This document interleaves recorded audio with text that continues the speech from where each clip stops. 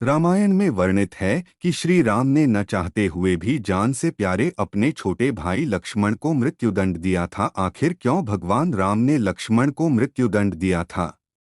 यह घटना उस वक्त की है जब श्री राम लंका विजय के बाद अयोध्या लौट आए थे और अयोध्या के राजा बन गए थे। एक दिन यम देवता कोई महत्वपूर्ण चर्चा करने के लिए श्री राम के पास आते हैं। चर्चा प्रारंभ करने से पूर्व उन्होंने भगवान राम से कहा कि आप मुझे वचन दें कि जब तक मेरे और आपके बीच वार्तालाप होगी हमारे बीच कोई नहीं आएगा, और जो आएगा उसे आप मृत्युदंड देंगे। इसके बाद राम लक्ष्मण को यह कहते हुए द्वारपाल नियुक्त कर देते हैं कि जब तक उनकी और यम की बात हो रही है वो किसी को भी अंदर न आने दे, अन्यथा वह उसे मृत्युदंड दे देंगे।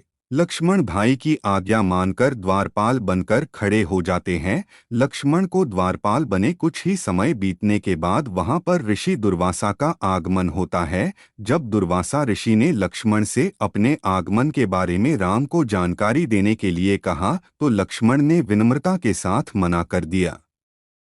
इस पर दुर्वासा क्रोधित हो गए तथा उन्होंने संपूर्ण अयोध्या को श्राप देने की बात कही। लक्ष्मण ने शीघ्र ही यह निश्चय कर लिया कि उनको स्वयं का बलिदान देना होगा ताकि वो नगरवासियों को ऋषि के श्राप से बचा सकें, और उन्होंने भीतर जाकर ऋषि दुर्वासा के आगमन की सूचना दी। अब श्री राम दुविधा में पड़ गए क्योंकि उन्हें अपने वचन के अनुसार लक्ष्मण को मृत्युदंड देना था। इस दुविधा की स्थिति में श्री राम ने अपने गुरु वशिष्ठ का स्मरण किया और कोई रास्ता दिखाने को कहा।